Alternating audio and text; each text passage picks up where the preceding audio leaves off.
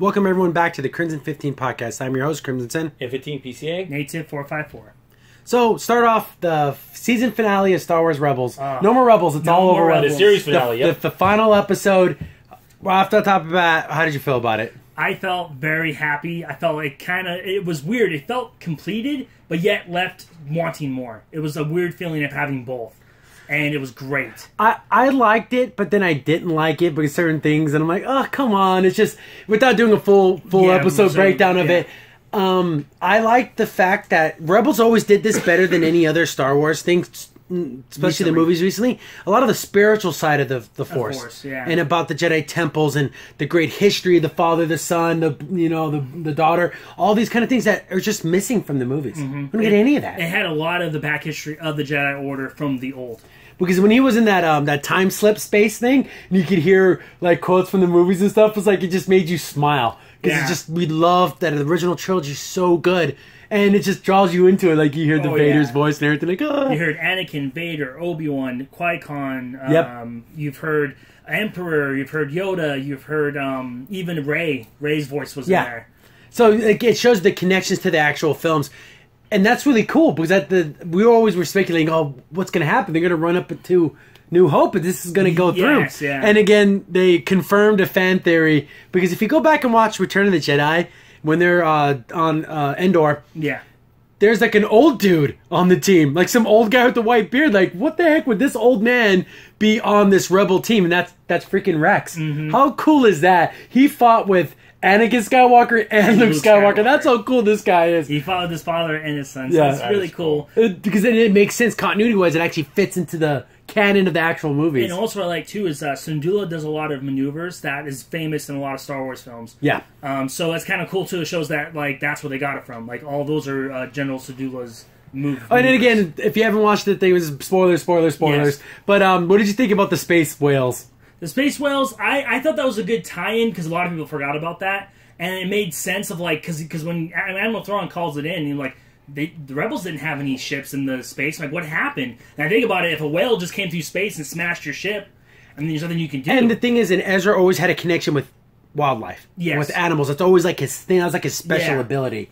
And also what I like about it, too, it made it look like that's why Thrawn lost, because it's something that he could not calculate. And that was a good connection to Return of the Jedi, because it was the Ewoks' nature overcoming the Empire, which was machines, and so they kind of used nature again to win. Avatar, you can do it the right way, and that's the right way of doing it. You can bring in nature and have it make sense, and these whales they're as big as Star Destroyers. So there's a reason why they could do what they did. Exactly. And it was cool because, like, oh, send the space signal out, and the guy's like, why would you do that? He goes, just do it, and if I would explain it to you, you're not going to believe me, so just do it. Because he was calling the whales. So it would be like, magical whales are going to come. Yeah, these whales are going to come and take care of these Star Destroyers. Oh, yeah, okay. See, since I never watched most of the series, only little parts of it, were they like in subspace and they would come, or were they just in space? These whales can actually have hype. They have like their own kind of space jump. Oh, okay. They can go at hyperspeed.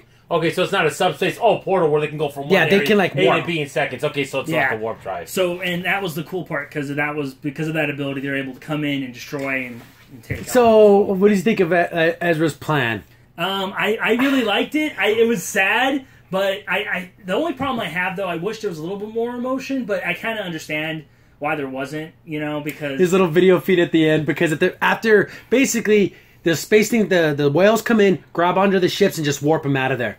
So, like, Ezra's gone. Yeah. And then Hera's like, well, we need to find out where he's going, and then the little video thing pops up, and he's like, if you're listening to this, there was many paths laid out before me. This wasn't the one that I wanted, but it's the one we needed to take. I'm like, oh, is spoken like a real Jedi. Ezra's a cool Jedi now. Oh, yeah. He's the Jedi Knight. He's a great character now. He was so cool. I mean, especially the most iconic thing in the whole series, it was that one moment where he's gonna do that self-sacrifice, and he's on the intercom. He's like, "The Force will always be with you." Yeah, he goes, "Boom!" This is always and boom. Like, no, so cool. The last thing he said to anyone was, "The Force will be with you." I want those to be my last words.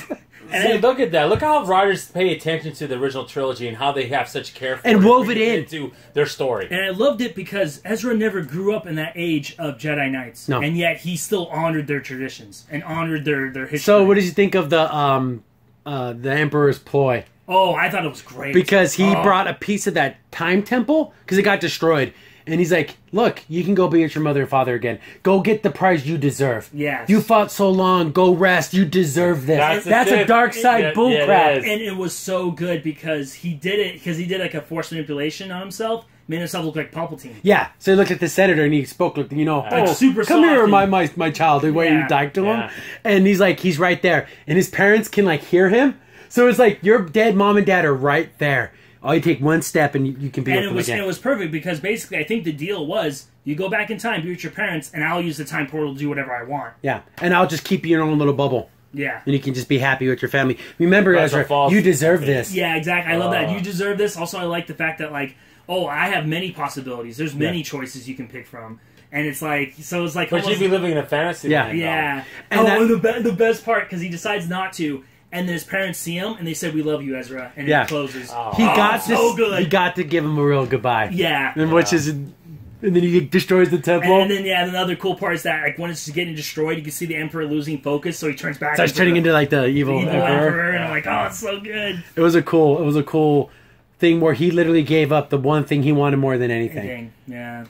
And that's self-sacrifice. And that is a trope of a hero, of a hero story. And that was Kanan's last lesson to teach him. To let go. Yeah, because that's the hardest thing for a Jedi, and he taught him, when things happen in life, instead of trying to change it or manipulate it to make it to where, no, you just have to let things go. But guys, isn't it all about destroying a casino? Is that what we you gotta get those rich people. See, nothing stupid like that happened in this. This is actually a good story. This is fascinating just listening to this. Yeah, and it was so good too because you know what the bad guys are doing in this movie? Instead of making a little casino, they were destroying the city. Yeah, like real bad guys. Basically, they thought, we're gonna take over we'll get all the stormtroopers on here, we'll shoot into space and blow it up. Yeah. But he's like, you removed all my troops, now I could just bombard the city and not worry about killing my own troops. Yeah. It's like, Thrawn, you evil bastard, man. And he has no qualms about killing every man, woman, and child on this planet. He doesn't care. And the dialogue between Thrawn and Ezra, it was so perfect because he's talking kind of smack to the Jedi. He's like, for all this power and all this,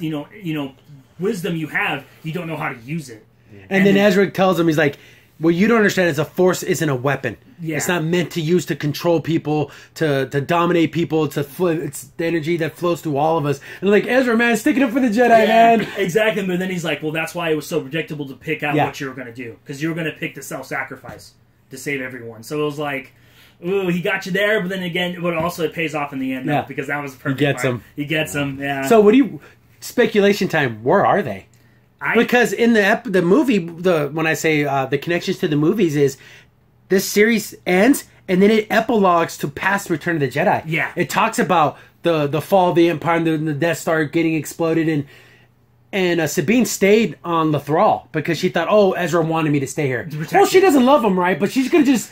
I know. I heard that from Dave Filoni, and I'm like, okay, this is what I'm thinking. I'm thinking he maybe meant that they could be together, but I think he said in the series he wanted to build their friendship first. Yeah. So it's kind of like that whole story of like, you marry your best friend. That's what I'm thinking. I could be wrong. Maybe I'm looking... She has her own people, the Mandalorians, but she decided to stay on this planet for how many X amount of years? 10, 15 years? 10, 15 years, yeah. But she talks about, the fall of the Empire and talked about how Hera and Rex fought on Endor with Luke Skywalker. I'm like, that's so cool. Just to hear that, just is like, that's so cool. Yeah, so cool. Like, there's peace in the galaxy. She's like, I know when he kept telling me, I can count on you. That's what he'd always tell her. Yeah. And at the end, you see Ahsoka comes back. You're like, and she's wearing all these white robes. Like, did she become like a sage or something? Something, yeah. And then she looks at her. She's like, it's time to bring Ezra back home. I'm like, I want a new series. Screw this. I want another season. Give me another season. I'm hoping Dark Horse makes like a short comics or something to finish that off. I don't like her haircut. It's ridiculous. It's Ezra's haircut. Yeah, she has Ezra's haircut. She had like hair down to here, and then all of a sudden she cut it to like... it's a total butch haircut. What's a better series, this or Clone Wars? Ooh. This last episode is so good. Yeah. Clone Wars was great. Yeah. Because you got to see Anakin and all that. Basically had Darth Vader in every episode. But this was cool too, because you got to see stuff that we didn't know. Yeah. See, in Clone Wars, we kind of knew everything that happened. That's what I was thinking. This is all separate. We don't know any of this. And so we know Ahsoka Tano's still alive. Ezra is still alive. So there's a couple more Jedis out there during after Return of the Jedi, so maybe something that tied into the new films or something. How cool in Part 9 if you saw these guys, people. Oh my! Yes. It'd be crazy. It would almost right all the wrongs for me personally. Yeah, it would. It almost would, especially like someone like Zeb. So how do you? Man, I thought Zeb was gonna die. Yeah, Zeb was so Because close. there's a scene in the finale where he's down where the energy things are, and he's like, we can't raise the shields until it's on. And he's on the batteries. He's like, don't worry about me, just turn them on. I'm like, oh, he's gonna get fried. And he barely gets out of it. And the perfect thing about that is because the backstory between Zeb and that other guy. I can't remember his name now. The traitor of the Empire came to the rebels. Yes, because he was responsible for killing that his whole race. So basically, by turning that machine on, he would have killed the very last one, and it would be on his hands. And so, so bad. But the funny thing is, though, later before the series, Zeb didn't want to tell anyone this, but he actually found a planet with their people on it. So at the end, he takes them to that planet, and it shows them you didn't kill us all. Yeah. We're still thriving. And they welcome them into society. So it's like that's good. See, that's cool. Redemption, self-sacrifice. That's this crap I like. And I know people do it's so tripe and it's so I love it. Yeah. And if you go on, get enough of that. I love it, especially when heroes get redeemed. When Vader freaking suplexed the Emperor off the thing, that's redemption. Yeah, that's a good story. And also, it was funny too. Like, even every character had a really good point of their ending. Even one of the main evil ladies. She's stuck with the Empire. Like, here, you can come with us and be a prisoner. No, I'm gonna die with the Empire. And he's like, well, it won't be for much longer because it was the little station that was on the Thrall actually had like an escape thing. So it went up in there and they blew it up and they killed all the people on it. Yeah, she's like standing by the bridge and it just you see the fireball just. Well, they give her a choice. Yeah, it looked cool too. It looked really cool, and I liked that because it was kind of like a moment of like, wow, she was really dedicated to the Empire. She's like, I'm going to die in my service to the Emperor. Like, crazy, right? Yeah. But cool. Yeah, cool in the same way, you know? So, Hera was getting busy. Yeah, let me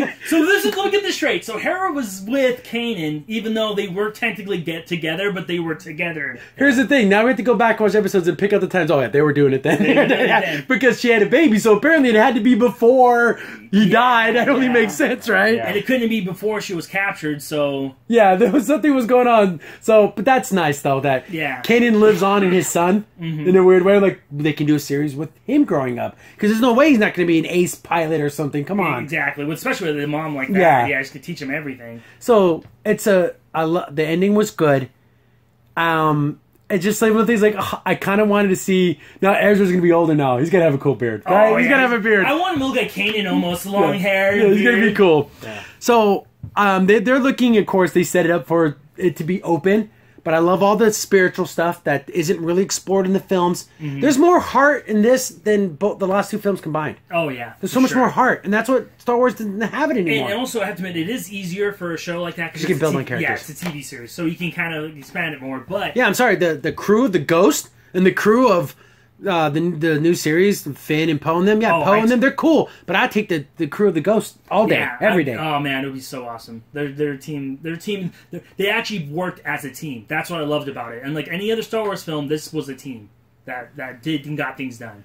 So just so we don't go on forever and ever. Yes. It's the series. And the thing is, I was a hater. Mm-hmm. When I first saw the first thing for Rebels, I'm like, oh, this dorky kid, he's such a dummy. But Ezra, my God, he grew into a man and a cool Jedi. I can't believe it. Exactly. It's a trend. Like, sitting with Ahsoka. Everyone hated Ahsoka. In the beginning, she's a whiny little girl. I'm doing whatever. And then she became, like, this fan favorite. And I think that's how Ezra grew up to be that fan favorite now. Where I think he's just going to be some... Personally, I think what happened, they crash landed on a planet. I think the whales probably hyperdrive right to a planet, and then they... took off, and then the ship just... Yeah, and it's so funny, because him and Thrawn probably survived together. Yeah. For a mutual benefit. Yeah. It's super weird, because Thrawn is an opportunist. Yes. And if he's stuck on a planet, he needs help, he's going to take it, and then maybe try to turn on him. Who knows? You know how cool it would have been, even though it wouldn't make... There's a line of Thrawn comic books out there, and I definitely want to pick them up, because it's supposed to be pretty cool. Yeah, you know what would have been really cool? Dark Horse does it, right? Instead of... Or Marvel? Marvel does it now. Yeah. Instead of having that stupid Snow character, how cool would it have been if it was Thrawn? I know. It was like an old Thrawn. Oh, that would have been so sick. Like an older Thrawn? Yeah. Oh, that'd be so cool. Because then he'd be the perfect tactician. His blue skin and red eyes, he just looks like an evil man. Oh, yeah, and the way he talks, and the way he's like slow, methodical, and he thinks, and He's a dastardly bastard. Yeah, and then that one part where he keeps Kanan's he kept his mask. Yeah, and he's like showing it off to him, and he's like playing with it. He's like, "Oh, you're such a freaking jerk." Yeah, because basically he was gonna destroy Lothal, and he's like basically, "Oh, don't worry, I kept some of these I artifacts. take artifacts. I took your things, so you guys will live on in like my collection." Because Sabine was an artist, so Yeah. he kept some of her paintings and stuff. And it's like, what a Oh yeah, and he's being an asshole about that too. Sorry, my yeah, language. but he's such a jerk about it. Because he's like, oh yeah, I collect some of her art. She is really good. Well, I mean, she was very good. Yeah. And I'm like, oh, jeez, like he's evil. But she doesn't love him though. No, That. I know. That's, I'm like I said, I'm just thinking they meant they were going to build their friendship in the series. Like they didn't want them to be together. They need Jedi Mandalorian babies now. I know, that's a perfect team. They're so cool. They work together well too. That guy, yeah. That guy sounds totally like Char from Gundam. He's the same kind of attitude. yeah, That's a same- good yeah. good comparison. He's Yeah. very similar. Yeah. Because, like you said, there was that one comic where they try to beat him up and like kill him, and then instead of turning them in, he's like, "No, I want you guys to work together." Oh, it was, yeah, they worked really good together. They planned this attack on me, put them on a team together. And he's like, wow, these are the guys who tried to kill you, and he's still seeing qualities of soldiers we in gotta them. get this going. Yeah, we gotta get this plan. Yeah. And of course, his epic General Patton moment Yeah. where because they had the ship and they were coming down on him like this, and he just pulls out his blaster and he's like, boom, They boom, shoot trying at to the shoot it ship. at it. Yeah. While He's they're cool. shooting at him, I'm like, oh, that's pretty cool. Yeah, too. he never showed any fear. Even at the end, he kind of did a little bit, Yeah. but still he didn't show fear. He's a cool guy. he's really He's a cool villain. So to wrap it up, it was great. Loved it. Definitely want more Rebels. I knew. It's so funny because even they posted a thing, it's like, no, Star Wars Rebels, but it's spelled the same as Rebels. So it's Yeah. kind of the same kind of thing. I'm like, oh, that's so cool. Definitely better than the movies. Yes, definitely. If you have time to watch the whole series, I say go for it. If not, the last season. Oh, the last season's so great. Especially if you like the spiritual stuff, it's really cool. And it's only, 4 seasons, so Yeah. there you go. Yeah. It's not that long. Yeah, very good. Definitely looking forward to any news coming from that, and you could tell that they really cared about the series and cared to connect it to the movies and cared about the continuity instead of just making up characters that Yeah, are we'll like get come these out of nowhere. writers in the live action. Yeah. Oh, yes. There was that would no be- General Hodo or whatever who just shows up and acts like an idiot like in the movies, but definitely, seriously, a solid series. Especially this last season really skyrocketed it way up there for me. It's going to be hard to top it, too. I feel bad. Yeah. The next writers are going to have to do a real hard job. See, do you just banded it all together? I think what I would do is if you're not going to do it justice, I think make it comics, do stuff on the side, and then start a new series. Instead of different but if you're characters. going to really focus on it and take care of it, I say you go with finishing off Rebels. Crimson Sin here. Thanks for watching, and be sure to like, sub, and share. Also, for the most up-to-date information about the podcast, follow us on Twitter at C15 Podcast.